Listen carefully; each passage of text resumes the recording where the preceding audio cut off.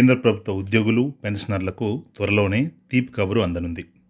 DRS allowance, DA, D R S relief, డిఆర్పై ప్రధాని నరేంద్ర మోదీ నేతృత్వంలోని ప్రభుత్వం ప్రకటన చేయనుంది.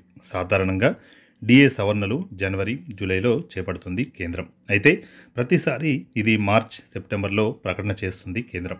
అయితే అమలు చేసేది మాత్రం జనవరి, జూలై నుంచే కావడం ఊరట కలిగించే విషయమే.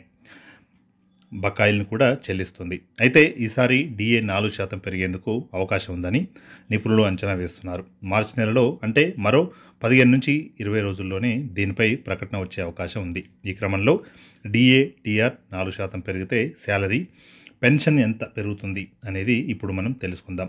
డిఏ పెంపు అనేది consumer price index for industrial workers CPI IW ఆధారంగా నిర్ణయిస్తారు. దీనికి ఓ ఫార్ములా ఉంది. ఈ లెక్కల ప్రకారం ప్రస్తుతం డిఏ 46%కి చేరింది. డిఏ 7వ వేతన సంఘం ప్రకారం డిఏ అనేది గత 12 నెలలు ఏఐసిపిఐ ఐడబ్ల్యూ సగటు 261.42 బై 261.42 × 100 సూత్రం ద్వారా లెక్కిస్తారు. సిపిఐ డేటాను లేబర్ బ్యూరో ప్రకటిస్తుంది.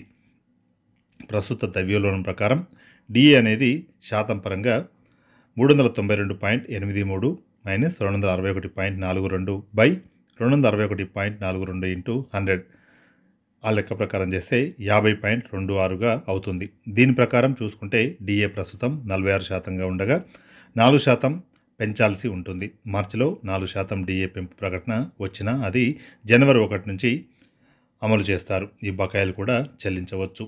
శాలరీ ఎంత పెరుగుతుందంటే కేంద్ర ప్రభుత్వ ఉద్యోగులకు ఈసారి డిఏ, డిఆర్ పెంపు 4% ఉందనుకుంటే మొత్తంగా డిఏ 50%కి చేరుతుంది. ఉదాహరణకు 53,000 బేసిక్ శాలరీ ఉన్న ఒక వ్యక్తికి ప్రస్తుత డిఏ 46% ప్రకారం డిఆర్ఎస్ అలవెన్స్ 24,610 వస్తుంది.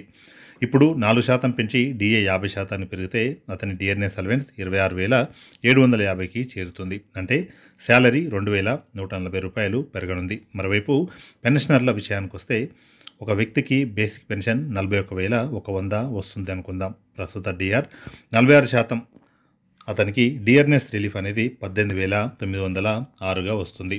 అదే 4% డిఆర్ పెంచినట్లయితే అది 50%కి చేరుతుంది. దీని ప్రకారం ప్రతి నెల డిఆర్ఎస్ రిలీఫ్ 20,550 అందుతుంది. అంటే మొత్తంగా 1,644 డిఆర్ ఎక్కువగా వస్తుందన్నమాట.